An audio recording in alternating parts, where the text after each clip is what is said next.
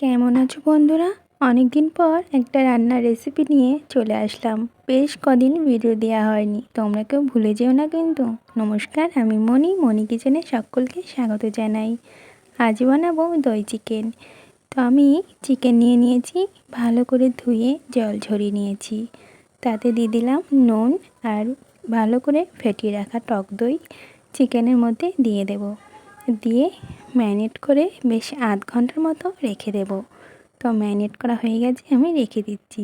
এদিকে মশলা করে নিয়েছি পেঁয়াজ কুচি, কাঁচা লঙ্কা কুচি, টমেটো কুচি, আদা রসুন বাটা, শুকনো লঙ্কা বাটা আর জিরে ধনে পেস্ট। কড়াইতে তেল দিয়ে কিছুটা আলু আমি ভেজে নিচ্ছি। বেশ লাল লাল করে আলুগুলো ভেজে তুলে নেব। আলুগুলো ভাজা হয়ে গেছে, আমি তুলে নিয়েছি। কড়াইতে ওই তেলেই কিছুটা তেল দিয়ে দেবো আর ফোড়ন দিয়ে দেবো গোটা গরম মশলা, গোটা শুকনো লঙ্কা, গোটা তেজপাতা আর কিছুটা জিরে।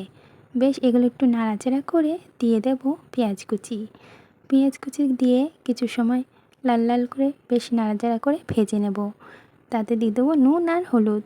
লাল লাল করে অনেক সময় ধরে পেঁয়াজগুলো যতক্ষণ না একটু লাল হচ্ছে ভেজে নেব। তারপরে দিয়ে দেবো টমেটো কুচি। টমেটো কুচি দিয়ে বেশ কিছু সময় নেড়ে নেব, টমেটোটা যতক্ষণ না সেদ্ধ হচ্ছে। টমেটোটা ভালো করে নেড়ে সেদ্ধ করে নেব। তারপরে দিয়ে দিলাম ধনে জিরে যেই পেস্টটা ছিল সেই পেস্টটা দিয়ে ভালো করে মশলার সাথে মিশিয়ে নেব। তারপরে দিলাম আদা বাটা, শুকনো লঙ্কা বাটা, কিছুটা রসুন বাটা দিয়ে ভালো করে মশলাটা নাড়িয়ে চাড়িয়ে কষিয়ে নেব। আর কিছুটা রসুন রেখে দিয়েছি, পরে দেব। তো এই মশলাটা খুব সুন্দরভাবে কষিয়ে নিয়েছি। এবার ম্যারিনেট করে রাখা চিকেনটা দিয়ে দিলাম।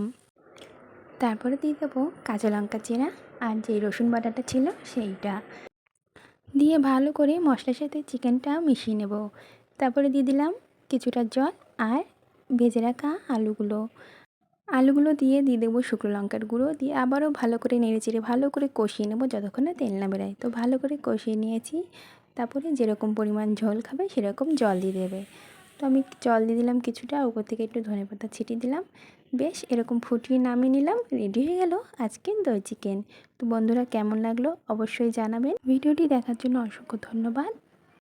ভালো থাকবেন, সুস্থ থাকবেন, পাশে থাকবেন। দেখা হচ্ছে নতুন একটি রেসিপির সাথে।